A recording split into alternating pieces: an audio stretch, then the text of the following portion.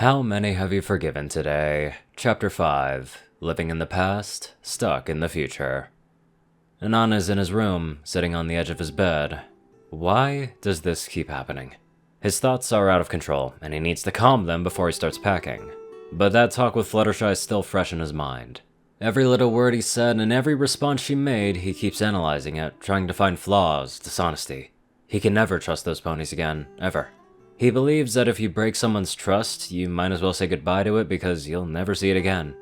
But still, he can't deny that Fluttershy at the very least was being honest when they were talking. Anon doesn't think he'll ever confide in Fluttershy, so he'll keep to himself when she's around. As timid and shy as she is, he has a strong feeling that she's more trouble than she's worth. However, he won't actively avoid her, so at least that's progress. He's sure Pinky will be thrilled to hear about this during their party. Asai leaves him. Now his mind is thinking of the other elements of harmony.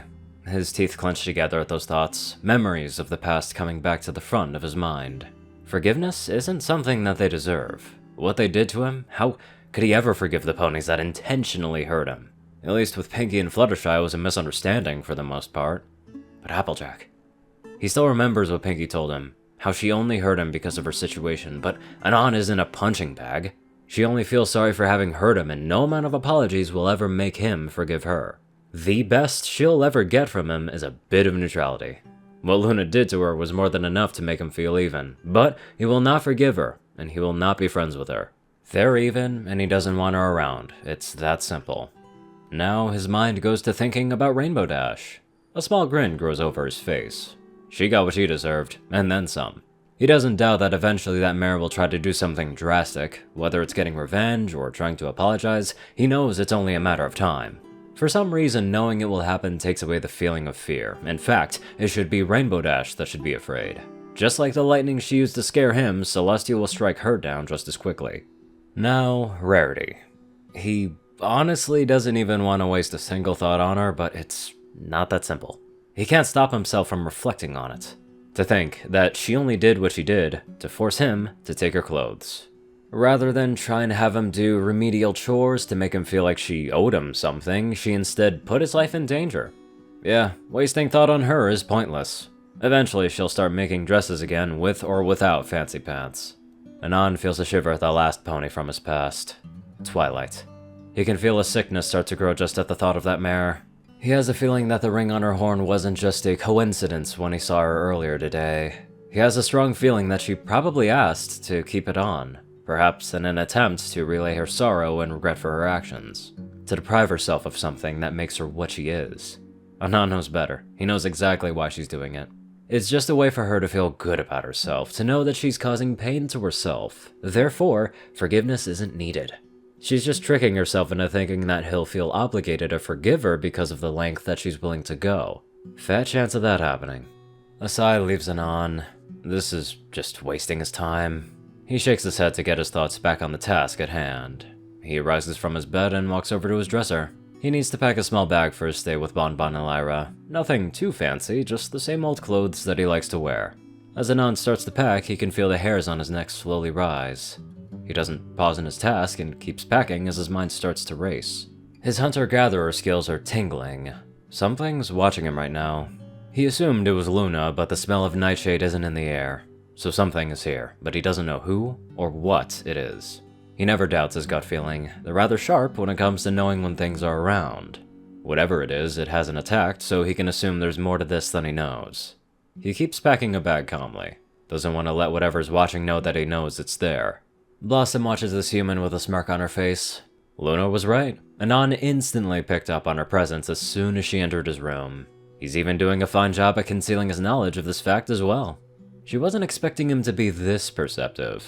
It's almost as if he's been trained to do this. Blossom notices his muscles are slightly tense and his breaths are slow and controlled. He's waiting for her to make the first move. He already knows you're here. There's no reason to remain hidden. Blossom licks her two fangs in excitement as she drops from the ceiling, spreading her wings and softly landing a few hoofs away from Anon. She can practically hear the beating of his heart as it races from this action. His body tensed even more as her hooves made contact with the floor. I knew I wasn't alone. Anon speaks as he keeps packing. Who might you be? Midnight Blossom, Luna's captain of the Lunar Knights.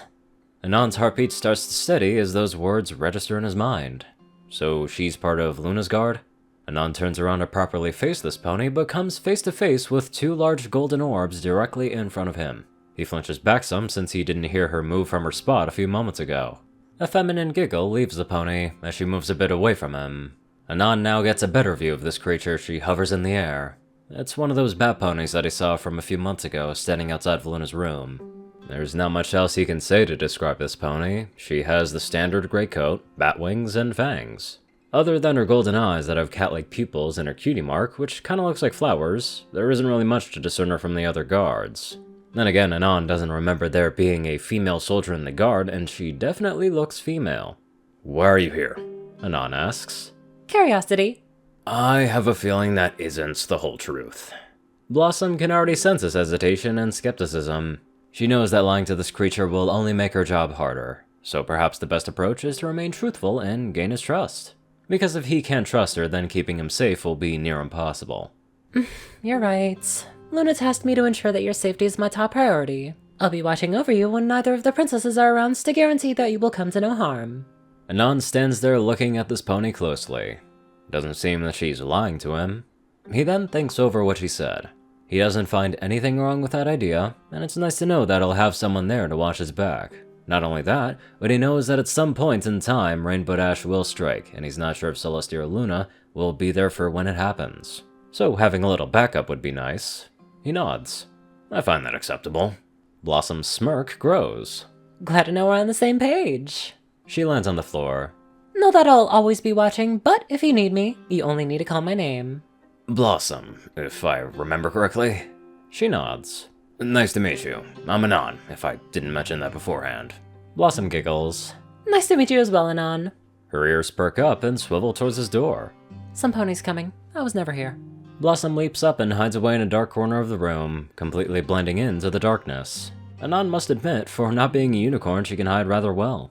Anon is brought from thought as he hears a knock on his door. He walks over to it and opens it without hesitation. Celeste is the pony that's standing in front of him, practically glowing.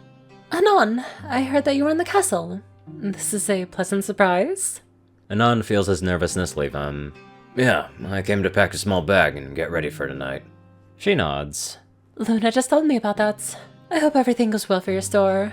I know that training ponies can be rather difficult. I could spend years telling you how hard it was to train my staff when I first became a princess.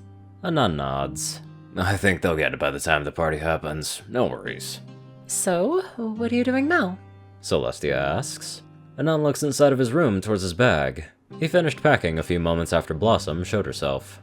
Not much. Just finished packing, so I'll probably head back to drop my bag up. In a flash, his bag is gone. Celestia is standing there looking at him with her smile never wavering. So, what are you up to now? Anon chuckles as he rubs the back of his neck. I guess not much. Want to do something? Celestia seems to steadily glow brighter as she nods in excitement. I would like for you to join me for my afternoon stroll. Anon nods. I think I can manage that.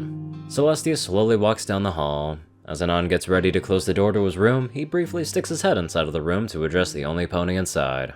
See you later, he calls out just before he closes the door. I have a small feeling that Blossom's gonna be just a bit flirtatious. Just a hunch. Anywho, let's get on to our smooth donators. Top donators are 630, Peter Coulthard, J Tinman, Darkside Only One Thing, and Dash of Evergreen. Raiden, Narwhals, Black Moonheart, Pastel Skies, Austin Rollins, Crazy Killer 557, Stu Hex, Sword Brother and Mordred, Omicron Larry, Will, Chris, Twinkie, Hazaza, Ridesoul, Maverick, Iron Sky, and many more fantastic people. Thank you all so much for watching this video and live life to the fullest.